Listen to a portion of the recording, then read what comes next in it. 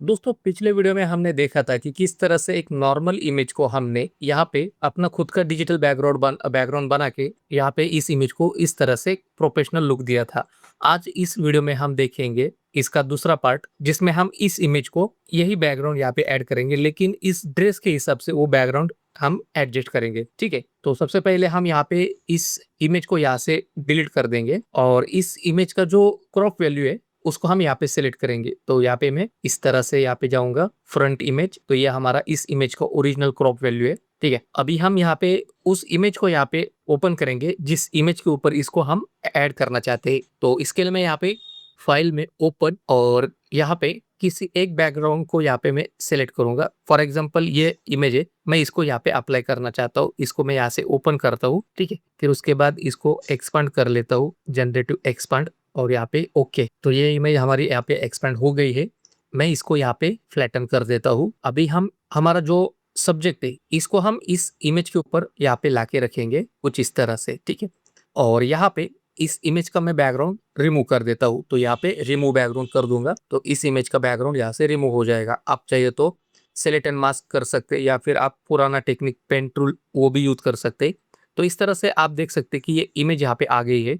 लेकिन इस इमेज का जो हमारा ओरिजिनल इमेज है उसका जो लाइटिंग है ये हमारा राइट साइड से आ रहा है, और जो हमारा बैकग्राउंड है वहाँ पे जो लाइटिंग है वो लेफ्ट साइड से आ रहा है। तो इसके लिए मैं यहाँ पे इस इमेज का लॉक यहाँ से हटा दूंगा। इस इमेज को मैं कंट्रोल टी करूंगा, राइट क्लिक करूंगा और यहाँ से फ्लिप हॉरिजॉन्टल कर दूंगा। ठीक है, फिर उसके बाद आप यहाँ पे इस इमेज को यहाँ पे देख सकते हैं, इसको हम एडजस्ट करेंगे। ठीक है, तो यहाँ पे जो भी एडजस्टमेंट है हम बाद में करेंगे, लेकिन सबसे इंपॉर्टेंट ये सवाल आता है कि यहाँ पे जो ड्रेस का कलर है ये थोड़ा सा पर्पल वायलेट कलर टाइप है, और जो बैकग्राउंड है वो पूरी तरह से ब्लू कलर का है। तो इसको हम यहाँ पे इस इमेज से थोड़ा सा मैच करने की कोशिश करेंगे। तो इस बैकग्राउंड को मैं थोड़ा सा साइज कम कर लेता हूँ, यहाँ पे एंटर। इस बैकग्राउंड को मैं सेलेक्ट करता हूँ, यहाँ पे ह्यू सैचुरेशन पे जाएंगे और यहाँ पे इस ह्यू सैचुरेशन को हम यहाँ पे इस इमेज के ऊपर लेकर आएंगे, क्योंकि हमें इसका सैचुरेशन चेंज करना है, ह्यू सैचुरेशन। ठीक है, फिर उसके बाद यहाँ पे आपको यहाँ पे बहुत सारे कलर मिलेंगे। तो यहाँ पे हम सबसे पहले ब्लू कलर को चूज करेंगे।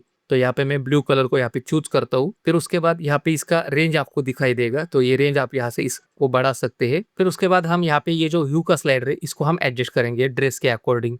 फिर उसके बाद हम इस कलर को सेलेक्ट करेंगे और इसका भी थोड़ा सा रेंज हम यहाँ पे बढ़ा देंगे, और इस कलर को भी हम यहाँ पे इस ड्रेस के हिसाब से यहाँ पे एडजस्ट करेंगे। तो आप देख सकते हैं यहाँ पे काफी हद तक हमने इमेज का बैकग्राउंड यहाँ पे सब्जेक्ट के हिसाब से, कलर के हिसाब से यहाँ पे एडजस्ट कर लिया है। तो अभी हम यहाँ पे इस इमेज को यहाँ से ऑफ कर देंगे। फिर उसके बाद इस इमेज को मैं सिलेक्ट कर लेता हूँ, कंट्रोल बटन प्रेस करता हूँ और इस तरह से इसका जो एरिया है मैं यहाँ पे एरिया बढ़ा लेता हूँ। तो यहाँ पे ये इमेज हमारी यहाँ पे ह्यू सैचुरेशन करके हमने यहाँ पे इसको एडजस्ट की है। लेकिन हम क्या करेंगे कि हमें यहाँ पे 2-3 इमेजेस एज अ रेफरेंस के लिए चाहिए, जिससे हम यहाँ पे एडजस्ट कर सके बैकग्राउंड को। तो इसके लिए मैं यहाँ पे इसको सेव कर लेता हूँ और यहाँ पे नाम देता हूँ पर्पल ड्रेस और यहाँ से सेव। अभी हम इस इमेज को चैट जीपीटी में लेके जाएंगे और यहाँ पे इस इमेज का हम प्रॉम्प्ट जनरेट करेंगे। तो मैं यहाँ पे चैट जीपीटी ओपन करता हूँ और यहाँ पे उस इमेज को यहाँ पे पेस्ट कर देता हूँ और यहाँ पे एक प्रॉम्प्ट यहाँ पे ऐड कर दूंगा, create text prompt for this image so I can generate image with AI like Adobe Firefly. तो यहाँ से मैं इसको एंटर प्रेस कर देता हूँ। तो ये क्या करेगा, इसका एक प्रॉम्प्ट हमें बना के देगा। ठीक है, मैं इस प्रॉम्प्ट को यहाँ पे कॉपी कर लेता हूँ और वापिस से हम एडोबी फायरफ्लाई वेबसाइट पे जाते हैं और वहां पे हम प्रॉम्प्ट को जनरेट करेंगे। तो ये हमारा पहले वाला इमेजेस था। अगर आपने पहला वीडियो नहीं देखा तो ये इस वीडियो का पार्ट 1 है, तो उस वीडियो को आप जाके देख सकते हैं। यहाँ पे हम क्या करेंगे, इस सब को कैंसिल कर देंगे, यहाँ पे क्लियर क्लियर ऑल कर देंगे और ये प्रॉम्प्ट यहाँ पे रिमूव कर देंगे और नया प्रॉम्प्ट है उसको पेस्ट कर देंगे। फिर उसके बाद यहाँ पे वापस से सारी सेटिंग हम सेम रखेंगे, सिर्फ यहाँ पे रेफरेंस इमेज हम ये वाला ऐड कर देंगे। फिर इसके बाद इसका जो इंटेंसिटी थोड़ा सा कम करेंगे, यहाँ पे वापस से उसी इमेज को यहाँ पे अपलोड करेंगे। यहाँ पे थीम्स में जाके जो इफेक्ट है वो हाइपर रियलिस्टिक हम चूज करेंगे, हाइपर रियलिस्टिक, और यहाँ से जनरेट। तो वो जो पर्पल कलर का ड्रेस है उस हिसाब से हमें यहाँ पे 4 वेरिएशन मिल जाएंगे। तो जो भी अच्छा वेरिएशन हमें यहाँ पे लगेगा उसको हम यहाँ पे डाउनलोड कर लेंगे। तो यहाँ पे काफी अच्छे यहाँ पे जनरेशन आ गए हैं, तो मैं इसको यहाँ से डाउनलोड कर लेता हूँ। फिर उसके बाद यहाँ पे ये भी अच्छा दिख रहा है, इसको भी हम डाउनलोड करेंगे। यहाँ पे हम वापिस से और 2-3 यहाँ पे जनरेशन कर देंगे। यहाँ पे मैं थोड़ा सा इसका जो स्ट्रेंथ है कम कर देता हूँ और वापिस से यहाँ पे जनरेट। तो इस तरह से ये जनरेशन यहाँ पे आ गए हैं। तो यहाँ पे मैं एक इमेज को डाउनलोड कर लेता हूँ और अभी हम चलते हैं फोटोशॉप की तरफ। अभी इस इमेज के ऊपर आते हैं और इस इमेज को हम यहाँ पे इसका जो बैकग्राउंड है इसको रिमूव करेंगे। तो इसके लिए हम यहाँ पे सेलेक्ट पे जाएंगे, सेलेक्ट एंड मास्क, और यहाँ पे आपको यहाँ पे मेक श्योर करना है कि क्लाउड डिटेल सेलेक्ट रहे। तो यहाँ पे हम सेलेक्ट सब्जेक्ट करते हैं, तो यहाँ पे बैकग्राउंड यहाँ पे रिमूव हो गया है। तो अगर आपको हेयर को रिफाइन करना है तो आप यहाँ पे इससे यहाँ पे कर सकते हैं, ठीक है। फिर उसके बाद हम यहाँ पे ओके करेंगे। अभी यहाँ पे जो हमने बैकग्राउंड जनरेट किया है उसको हम यहाँ पे लेके आते हैं। तो यहाँ पे प्लेस एम्बेडेड करेंगे, फाइल प्लेस एम्बेडेड, और यहाँ पे जो वेरिएशन आपको अच्छा लगता है उस वेरिएशन को हम यहाँ पे पिक करेंगे। जैसे मैं इसको यहाँ पे सिलेक्ट करता हूँ और इसको मैं यहाँ पे एंटर प्रेस कर दूंगा और इसको इसके नीचे लेके आता हूँ, फिर उसको इस तरह से यहाँ पे एडजस्ट कर दूंगा। यहाँ पर भी आप देख सकते हैं कि लाइटिंग आपको जो बैकग्राउंड है उसमें लेफ्ट साइड से आपको लाइटिंग आ रही है और इमेज हमारी जो सब्जेक्ट है वो यहाँ पे लाइटिंग है वो राइट साइड से आ रही है। तो यहाँ पे मैं कंट्रोल टी करूंगा और इसको फ्लिप हॉरिजॉन्टल कर दूंगा, ठीक है। फिर उसके बाद यहाँ पे इस इमेज को मैं कुछ इस तरह से एडजस्ट कर लेता हूँ। फिर उसके बाद यहाँ पे इस सब्जेक्ट इमेज को मैं यहाँ पे ऑफ कर देता हूँ। तो अभी हम इस इमेज में थोड़ा सा एडजस्टमेंट करेंगे। तो सबसे पहले यहाँ पे ब्लैंक लेयर लेता हूँ मैं, ब्लैंक लेयर, और यहाँ पे इस तरह से इसको सिलेक्ट करूंगा और ये खाली जगह है इसको सिलेक्ट करूंगा और यहाँ पे जनरेटिव फिल करूंगा और जनरेट। फिर उसके बाद यहाँ पे हम इसका स्टैम्प विजिबल लेयर बनाएंगे और यहाँ पे जो सेंटर वाला जो पार्ट है वो थोड़ा सा रिमूव करेंगे। यहाँ पे लासो टूल लूंगा और यहाँ पे जनरेटिव फिल और जनरेट। तो यहाँ पे वो सेंटर वाला जो पार्ट था वो यहाँ से हट गया है। यहाँ पे अभी हमें 3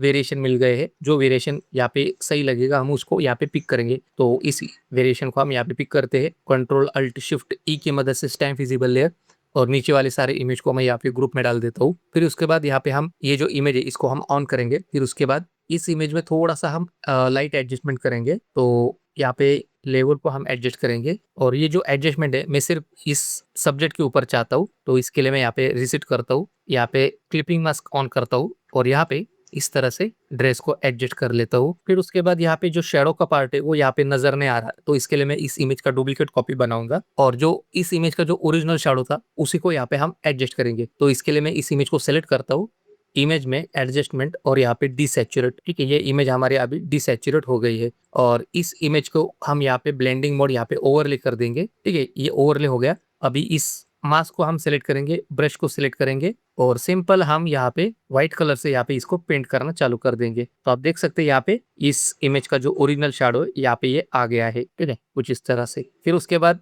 हम इन सारे इमेज को स्टैम्प विजिबल लेयर बनाएंगे और यहाँ पे थोड़ा सा लाइट एडजस्टमेंट करेंगे। आप चाहिए तो कैमरा रॉक भी यूज कर सकते हैं, उसमें आप shadows, mid tone, highlight adjust कर सकते हैं। तो यहाँ पे मैं लुमिनर न्यू को ऑन करूंगा और लुमिनर न्यू में ये सारे शेडिंग मैं यहाँ पे कर लेता हूँ। तो लुमिनर न्यू एक एआई बेस्ड एक स्टैंड अलोन सॉफ्टवेयर है, लेकिन हम इसको फोटोशॉप से इंटीग्रेट कर सकते हैं। तो इसमें आपको ज्यादा दिमाग लगाने की भी जरूरत नहीं, सिर्फ यहाँ पे स्लाइडर दिए है, उस स्लाइडर को आपको यहाँ पे सिर्फ एडजस्ट करना है। तो मैं यहाँ पे एनहेंस पे जाता हूँ और यहाँ पे एक स्लाइडर है, इसकी मदद से इस इमेज को इस तरह से एडजस्ट कर सकते हैं, ठीक है। यहाँ पे डेवलप मॉड्यूल है, ये मॉड्यूल आपको कैमरा रॉ में मिलेगा। यहाँ पे एक्सपोजर, स्मार्ट कॉन्ट्रास्ट, यहाँ पे हाईलाइट, शैडोज, ठीक है।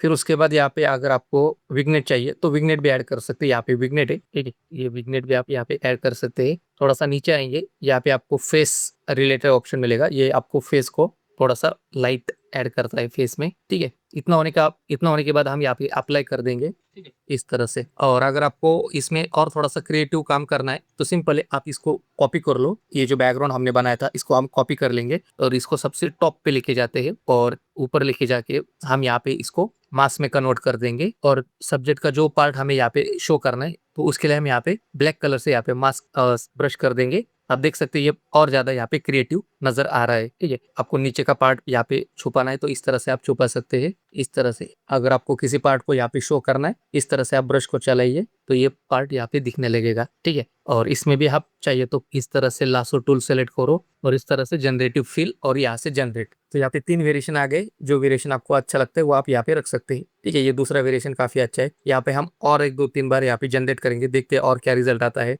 तो ये काफी अच्छा यहाँ पे वेरिएशन आ गया है। तो आप अपने हिसाब से आपको जो भी अच्छा लगता है उस टाइप का एडिटिंग कर सकते हैं। जैसे मैं यहाँ पे इसको मैं सेलेक्ट करता हूँ, ग्रुप में डाल देता हूँ। तो यहाँ पे मैंने तीनों इमेजेस को यहाँ पे ग्रुप में डाल दिया जो एआई से जनरेट हुई थी। फिर उसके बाद यहाँ पे आप चाहिए तो कुछ पहले जैसा यहाँ पे रिजल्ट पा सकते हैं। अगर आपको इस तरह से एडिटिंग अच्छी लगती है तो आप इसको इस तरह से रख सकते हैं, या फिर आपको क्रिएटिव चाहिए और तो इस तरह से भी आप एडिटिंग कर सकते हैं। तो ये आपके क्रिएटिव माइंड पे डिसाइड करता है कि आपको किस तरह से एडिटिंग करनी है। तो अभी हम यहाँ पे बिफोर आफ्टर देख लेते हैं। तो दोस्तों आप देख सकते हैं ये बिफोर इमेज हमारी कुछ इस तरह से दिख रही थी और उसके बाद हमने थोड़ा सा इसमें क्रिएटिव काम किया तो आपकी इमेज कुछ इस तरह से यहाँ पे दिखने लगी है। तो दोस्तों अगर आपको ये वीडियो काफी अच्छा लगा है तो इस वीडियो को जरूर लाइक करें, नीचे कमेंट में बताएं आप अगला वीडियो कौन सा देखना चाहते हैं। तो इस तरह से दोस्तों आप बिना खर्चे के किसी भी डिजिटल बैकग्राउंड को आप खुद से यहाँ पे बना सकते हैं। और अगर आपको इस वीडियो में कुछ भी सीखने को मिला है तो इस वीडियो को जरूर लाइक करना, शेयर करना, सब्सक्राइब करना। तो ये था हमारा डिजिटल बैकग्राउंड चेंज करने का जो सीरीज है उसका ये दूसरा पार्ट। तो इस सीरीज का तीसरा पार्ट भी आएगा।